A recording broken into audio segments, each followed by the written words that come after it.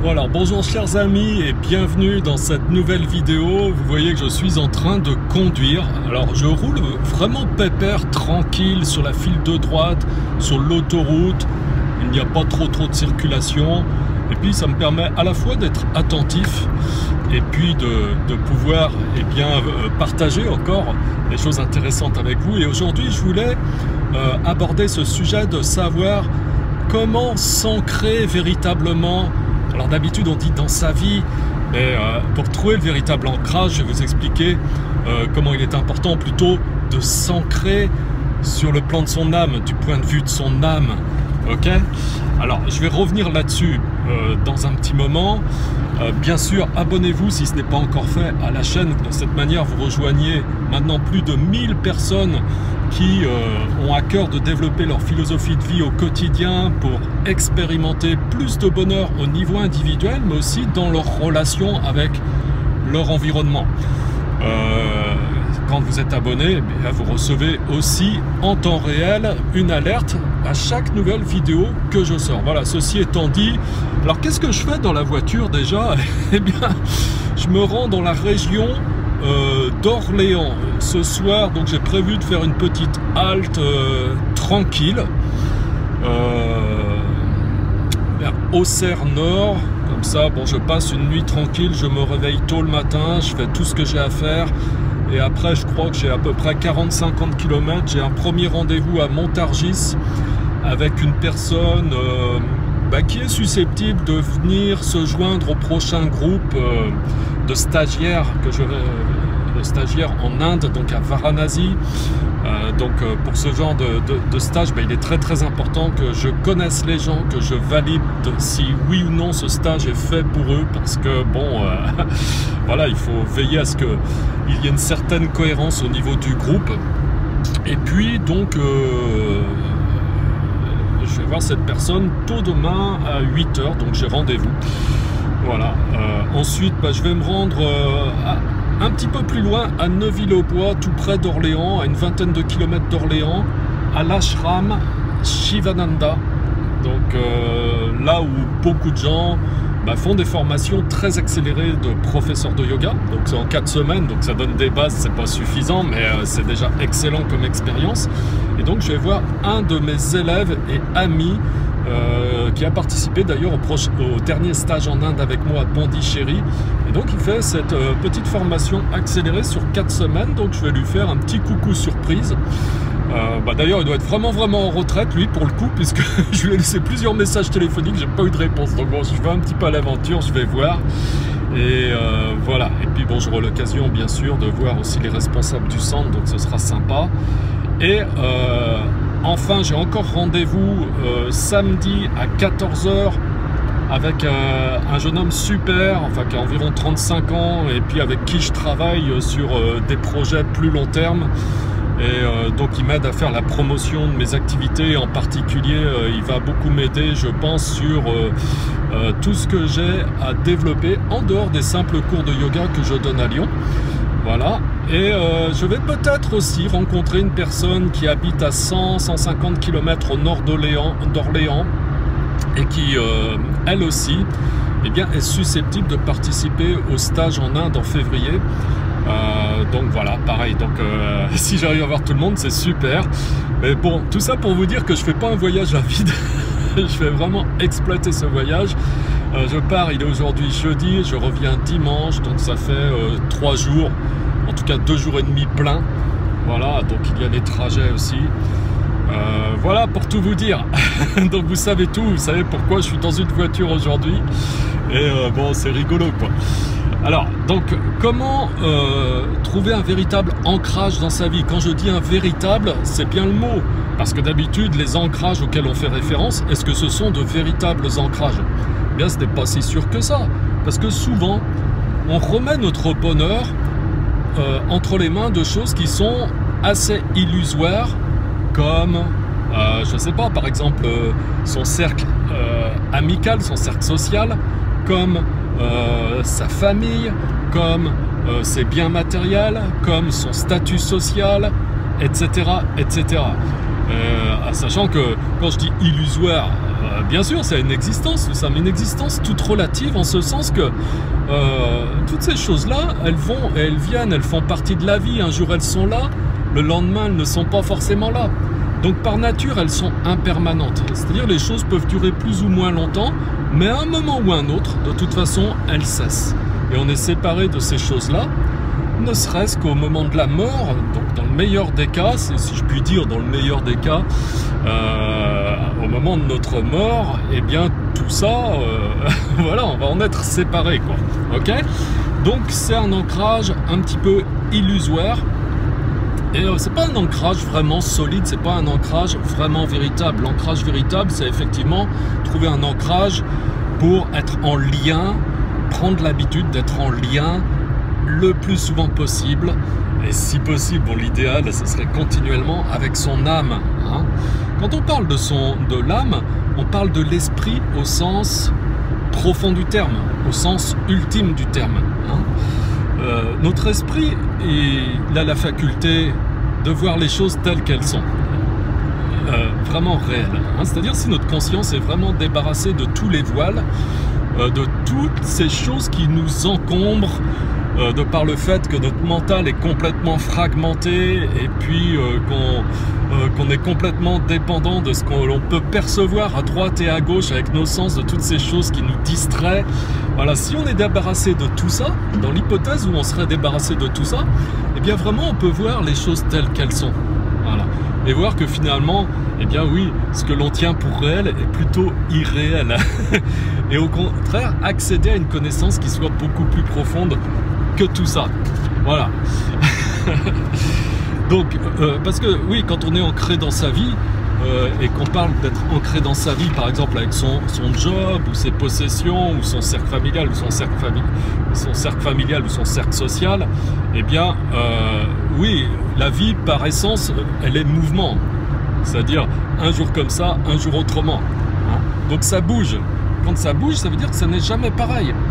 Donc pourquoi chercherait-on un ancrage dans quelque chose qui est mouvant, qui bouge, qui n'est pas stable, ok? Voilà, c'est ça l'idée, hein, si vous voulez. Alors que l'âme, elle est éternelle.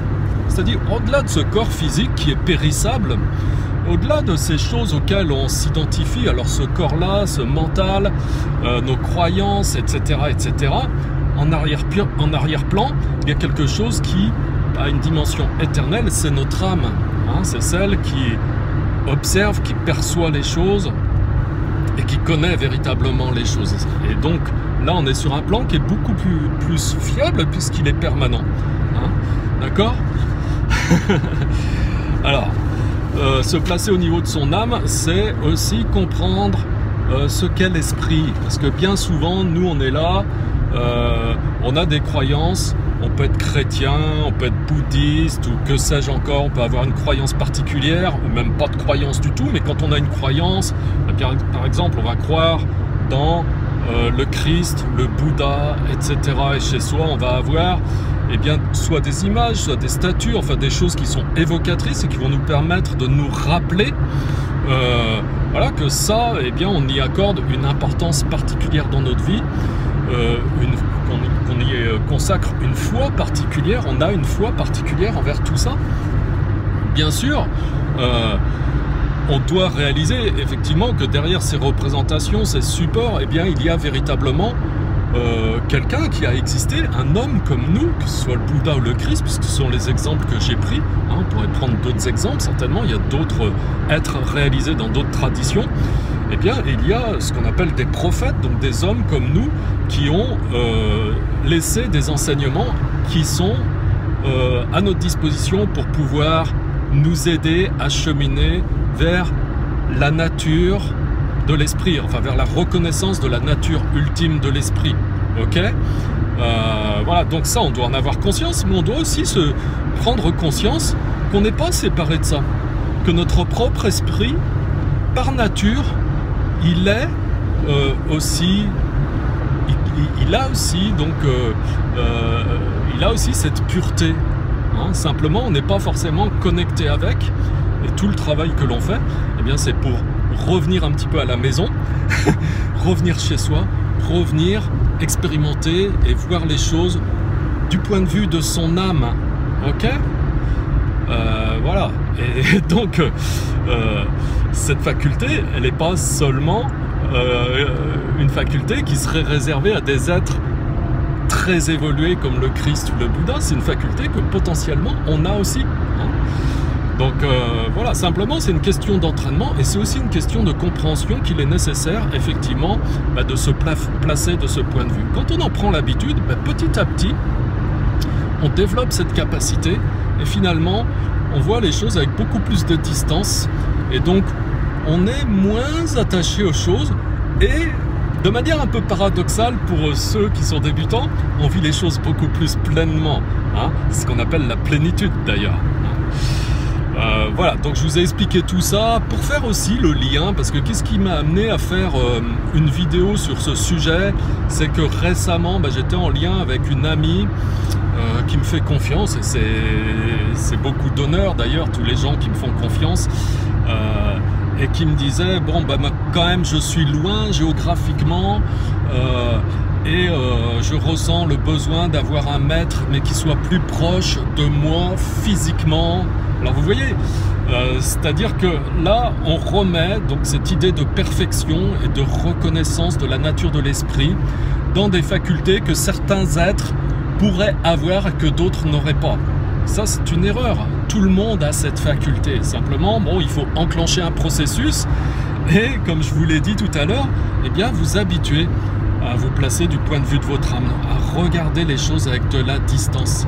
Alors bien entendu, ça se fait pas, c'est pas du jour au lendemain qu'on ressent cette plénitude qui s'ensuit, mais avec l'entraînement, ça se développe et petit à petit, on gagne vraiment en plénitude et en clarté, quoi. Hein? N'attendez pas que ça se fasse forcément comme ça, mais entamez le chemin. Et vous n'avez pas forcément besoin à tout moment d'avoir un maître ou un guide, comme vous le dites, qui soit présent physiquement pas loin de vous, quoi. Hein, simplement qu'il y ait quelqu'un, un ami de bien qui vous guide de temps en temps, c'est très bien. Là, c'est ce que je m'efforce de faire, par exemple, à travers cette vidéo. Mais après, appliquez tout ça. Et prenez cette responsabilité aussi de dire, bien moi-même, je prends l'engagement de faire ce chemin, mais pas de manière très limitée, comme quelqu'un qui suivrait un maître et puis qui verrait la perfection dans ce maître et se verrait toujours lui-même comme étant un être imparfait. Non, prenez conscience que vous portez la perfection en vous, mais simplement placez-vous du point de vue de votre perfection, c'est-à-dire du point de vue de ce qui est vraiment réel en vous, c'est-à-dire votre âme. Ok ? Voilà. Par ailleurs, donc la même personne me disait aussi récemment, alors que bon, bien souvent elle était là, oui, c'est formidable le chemin que je suis en train de prendre, tout va bien, voilà, je vois les choses beaucoup plus clairement et je ressens beaucoup plus de paix, etc., etc. Et là, cette personne traversait en fait une période de perturbation un petit peu, et ça fait partie du chemin. C'est-à-dire que pendant longtemps, quand on commence le chemin, quand on entame un chemin, eh bien on peut, alors c'est très variable d'une personne à une autre, mais on peut ressentir beaucoup de paix, de plénitude, plus de clarté, voilà, et tout ça, c'est une expérience qui est nouvelle et qui est réjouissante. Et on a tendance à s'attacher à ça, à se dire, ouais, c'est super. Et dès qu'il y a des perturbations, là, on ne comprend plus ce qui se passe et on se dit, waouh, mais qu'est-ce qui se passe? Pourquoi maintenant je ne suis plus dans cet état de paix et de tranquillité? C'est tout à fait normal. Donc les choses, là encore, au niveau du mental, de cette couche superficielle du mental fragmenté, hein, eh bien, les choses sont mouvantes, c'est-à-dire vous expérimentez la vie. Un jour il fait soleil, un jour il fait nuit, et c'est comme ça la vie, par nature. Hein. Et donc les mouvements qui apparaissent et qui peuvent être un petit peu perturbants, c'est-à-dire des mouvements émotionnels, un mental qui fonctionne peut-être un petit peu trop et des pensées qui vous envahissent de toute nature, agréables mais aussi parfois désagréables. Voilà, et bien tout ça, momentanément, ça peut vous faire perdre confiance. momentanément, je dis bien. Parce que pour vous, des fois, vous avez l'impression que rien ne va plus et vous ne comprenez pas ce qui se passe. Quand on est débutant, c'est comme ça. Même quand on n'est pas débutant, parfois c'est comme ça aussi. Parfois, on traverse des tourments. Hein. La seule différence qui existe entre quelqu'un qui est débutant et quelqu'un qui l'est moins, c'est que l'un ne va pas comprendre ce qui se passe et va être complètement perturbé parce que tout d'un coup cette chose nouvelle où on expérimentait de la paix, on se sentait bien et tout disparaît et là c'est très déstabilisant.